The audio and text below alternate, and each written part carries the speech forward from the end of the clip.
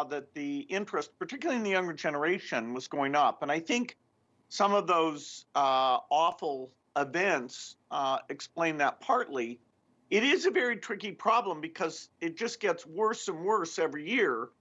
And it gets very, very bad near the equator and in certain natural ecosystems. So getting people to project from the bad things to, Miami Beach is gone and people won't farm in Texas, that actually requires you to project ahead. Most things like earthquakes, we have lots of them in various sizes. And so you get building codes and people are serious. Pandemics only come quite rarely. And climate change is this phenomenon that's growing so that by the end of the century, it's horrific. I mean, it makes the pandemic we're in now look like nothing. But the cognition to see it coming and take the steps now, this is a huge challenge. Will that young generation force us to make this a priority every year for the next 30 years or not? Let me ask you about your own journey. Some people might say you took a while to get to this book, by which I mean Al Gore wrote Earth in Balance in 1992. Inconvenient Truth was, I think, 2006. And I'm wondering what took you so long, in the sense that did you feel like the science was ambiguous and that you really wanted to get it right? And only in the last 5 or 7 years have you been convinced by the evidence? Or just take us through your journey. Yeah, I'd say up until the year 2000, I was obsessed with software. And although I had curiosity about many other things, my depth was all in software. In the year 2000, Melinda and I fund the Gates Foundation. So I'm traveling to Africa and I'm no longer CEO. So I'm learning other things, and I'm talking to farmers in Africa about how the climate is changing. And so before 2005, I did not fully understand it. It's a very polymathic subject: economics, industrial activity, chemistry, physics. But by 2010, I had my head around it enough that I did the TED Talk, which was about innovating to zero. And I wouldn't change a word of that. I didn't jump in to any of the conferences because the interest level wasn't high enough, particularly after the financial crisis. Interest went down. But then when 2015 came along, I felt, gosh, we've got to get R&D and innovation on the agenda here. It can't just be using the tools we have and near-term reduction goals. Those are good, but those in no way paint the picture when you're trying to get every source to zero. Let me ask you, when looking at Texas, what do you think we need to do to create greater resilience for the grid? Because until we get to the point where we're going to be able to replace things with green technology and such, you are going to have these kind of extreme weather events. You are going to have power outages. And it seems to me we need to be thinking about, how do you make sure that critical infrastructure, hospitals, are able to withstand these blackouts, which are not going to be a few hours, and therefore you could put a diesel generator in? What is the backup resilient capacity we need? Yeah, even though this particular Texas event, the problem, which is tragic, was not caused by the shutdown of renewables. It was caused by the shutdown of all their sources, primarily natural gas, because of a lack of weatherization. The point about grid reliability is super important. We will have more events like this because of climate change. That is, more cold fronts will be able to come down through the Midwest.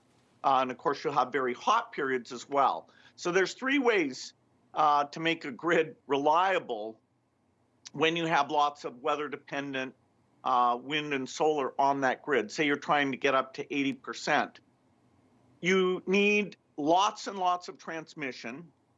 And Texas, because it's not connected to other states, wasn't able to call on their extra capacity to save its citizens' lives. So the amount of transmission we need to build in this country is gigantic. Second is you want some form of energy storage. Grid storage is ridiculously expensive. It's much, much harder than electric batteries for cars, but there's lots of innovations that'll provide some of that. And then third, you'll want some degree of weather-independent green energy, which only nuclear fission has a chance of doing that at scale. Next on GPS, Bill Gates on what a post-vaccine world will look like. We've had two grim pandemic milestones in the past week. The world surpassed 2.5 million confirmed COVID-19 deaths on Thursday, and the U.S. surpassed 500,000 such deaths on Monday. But is there light at the end of the tunnel? Back now with Bill Gates. Let me ask you next about the pandemic, Bill. So we now have vaccines. We are getting vaccinated. Tell me what you think life will look like in the Western world by July, August, September. Will we be back to normal? And if not, where will we be? By the fall, we'll be back to almost normal. That is, I would expect basically every school to be in session and at some level of occupancy, restaurants and sports events to be taking place.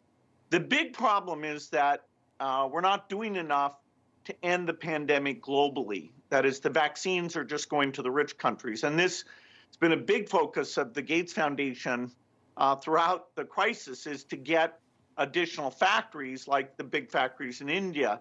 That is starting to happen with AstraZeneca already, and soon Johnson & Johnson and Novavax. And so the vaccines are a miracle. All five that have gone through Western regulators, that the three I mentioned plus Pfizer and Moderna, are amazing vaccines. And even though we have a little bit of tuning that you might have to take a third dose because of the variants, we will get on top of that. So the fall will be almost normal, even though because of the reinfection problem, we can't fully go back to normal until we help the entire world. Right now, that could take all of 2022 unless we do a better job. When you look at the American government response to this, I want to ask you, what conclusions or what reflections you have, because we clearly bungled the initial period and the testing, tracing, and isolation. We never got that going. Then we had a chance with the vaccines to be able to do we had time to learn and we had a chance to get the vaccine rollout right. We were not able to do that. Then we had to deal with the variants. And we I think it's fair to say we bungled the variants as well. The one thing we got right was writing big checks to the private sector for the vaccines. But anything the government had to administer, it has handled badly. What do you make of that? Well, leadership matters. And sadly, the CDC, which, trains for this kind of stuff, they fell short a tiny bit with the initial test.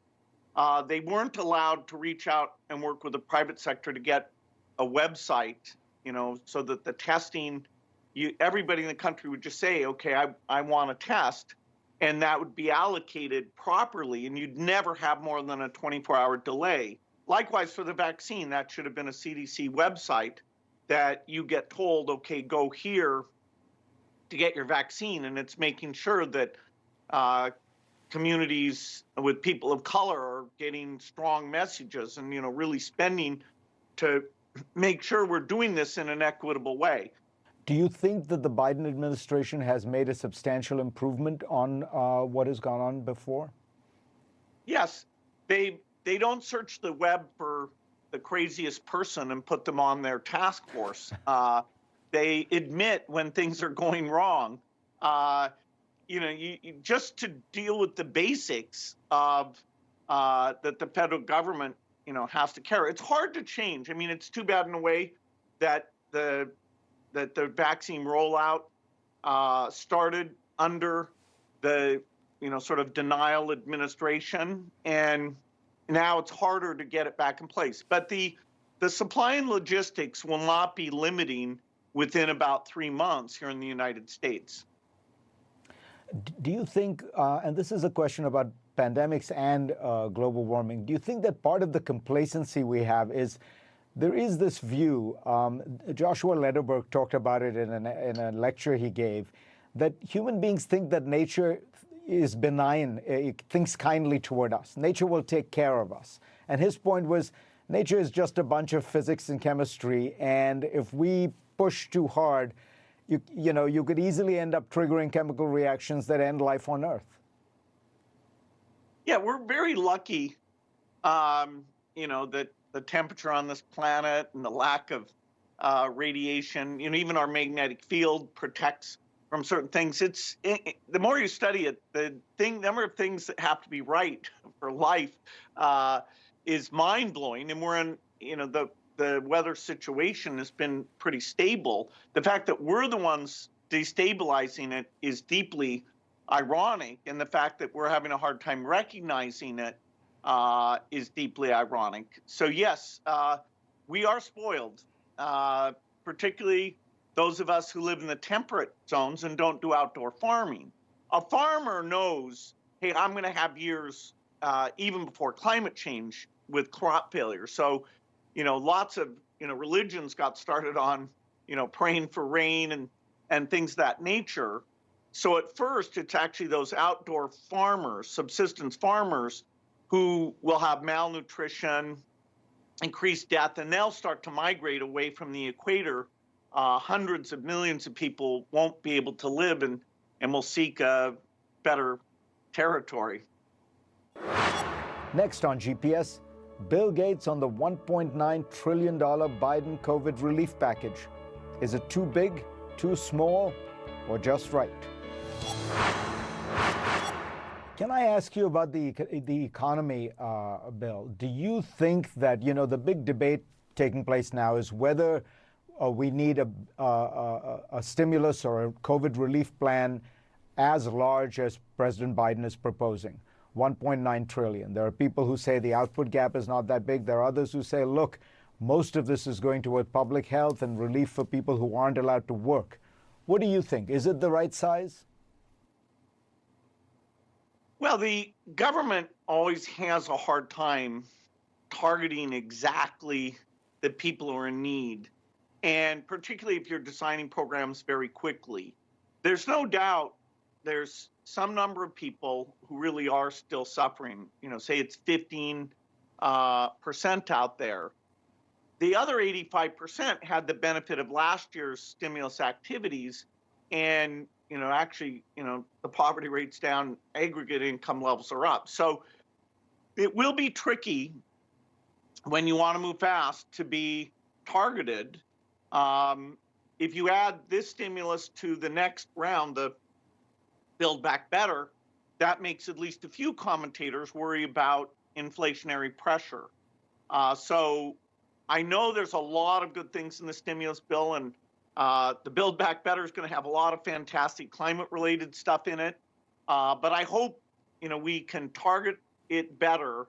And we are definitely getting to levels that those inflationary worries aren't crazy.